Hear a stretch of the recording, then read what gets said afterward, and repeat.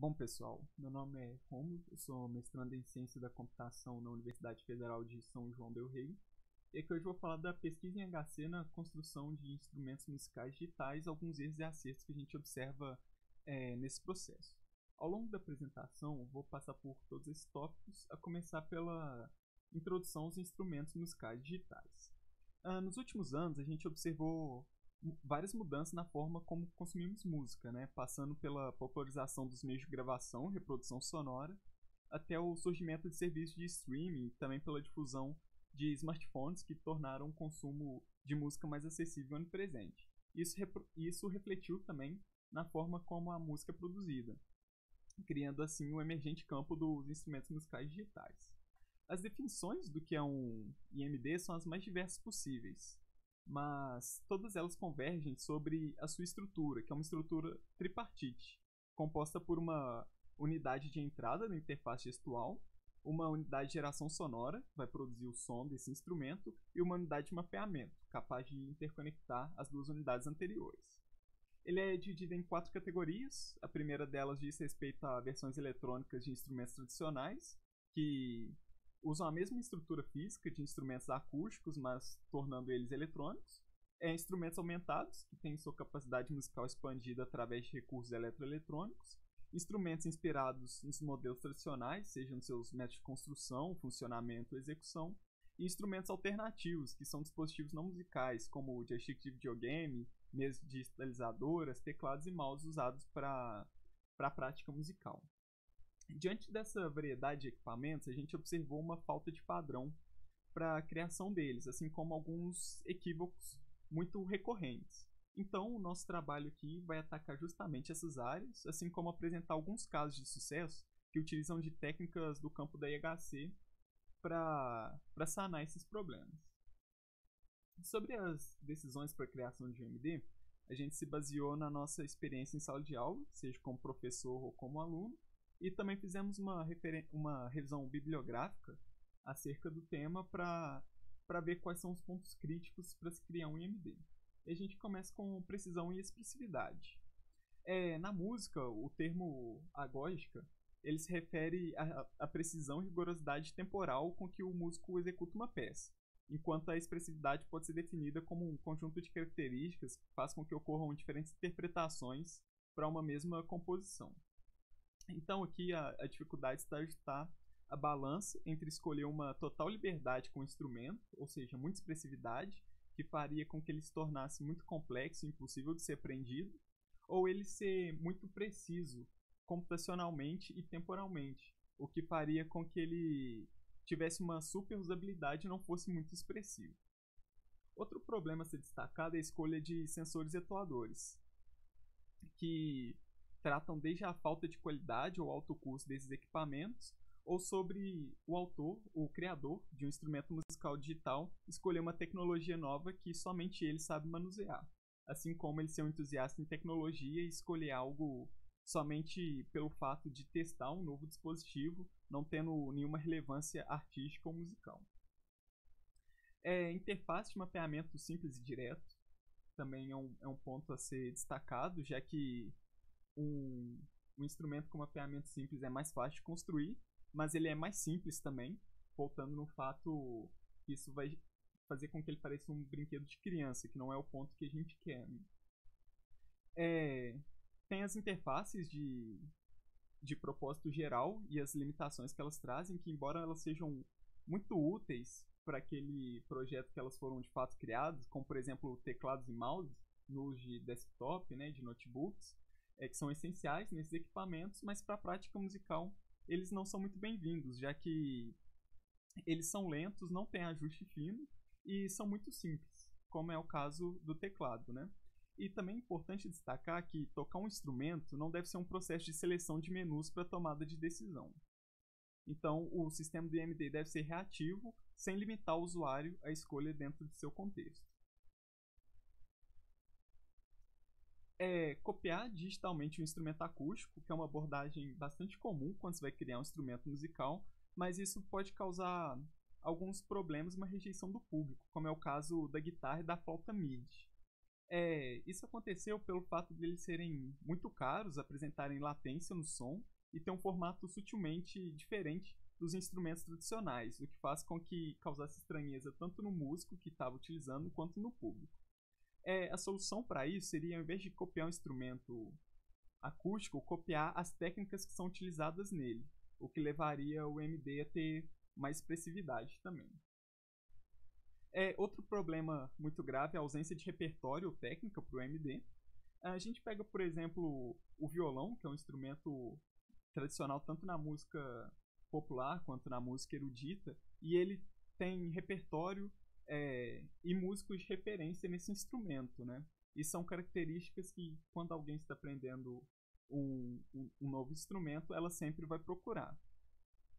E um MD recém-criado pode trazer o problema de não ter repertório, tornando difícil a sua introdução para leigos ou até mesmo profissionais.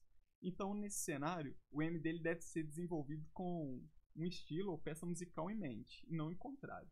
A gente pode fazer aqui uma relação com o theremin, que é talvez o primeiro instrumento a utilizar ondas eletromagnéticas para criar o som, mas que ele só ficou popular quando uma musicista chamada Clara Rockmore utilizou ele, criou um repertório para ele e divulgou utilizando o theremin. Um fator importante também é a coletividade na música, que a gente observa isso seja na composição ou na execução, né, em rodas de samba, orquestras, bandas, e que tem esse forte caráter coletivo na execução musical. Então o MD ele deve se adequar a esse tipo de conduta e também permitir a interação com outros instrumentos, né? E a última decisão a ser levada em consideração é um feedback para além do som.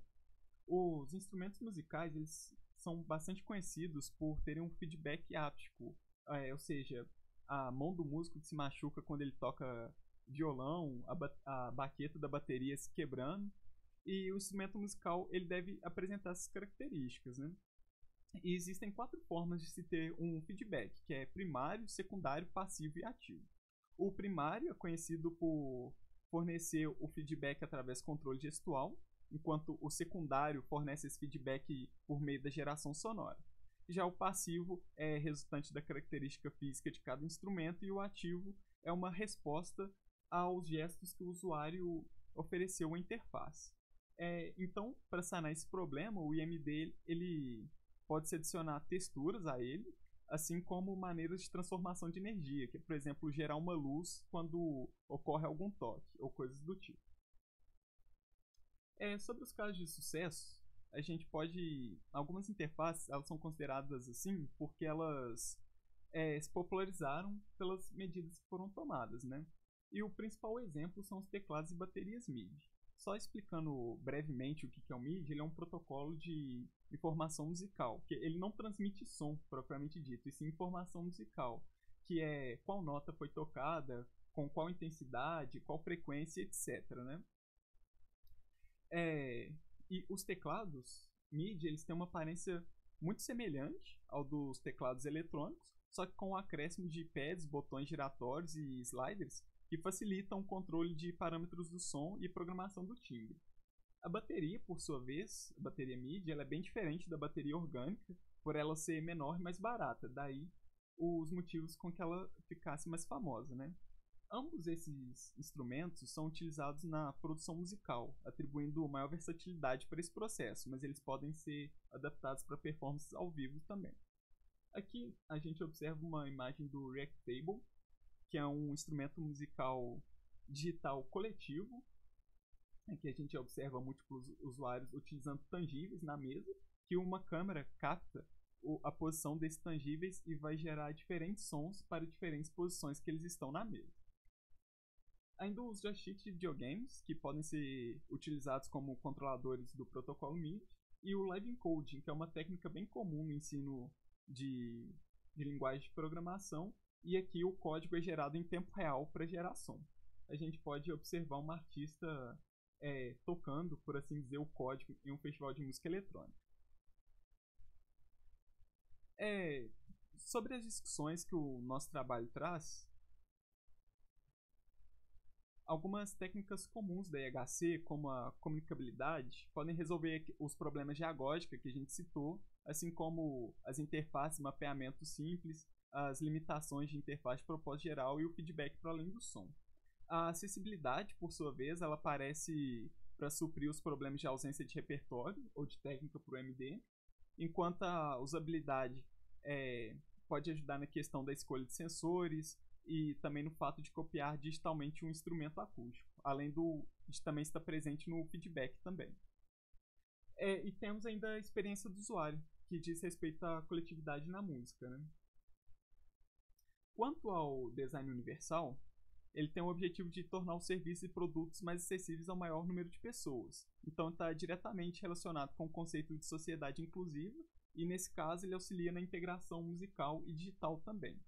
E, novamente citando a experiência do usuário, ela destaca os aspectos experienciais e efetivos que o usuário tem para interagir com o sistema. E essa experiência ela é subjetiva, mas ela deve suscitar emoções positivas em quem usufrui do produto.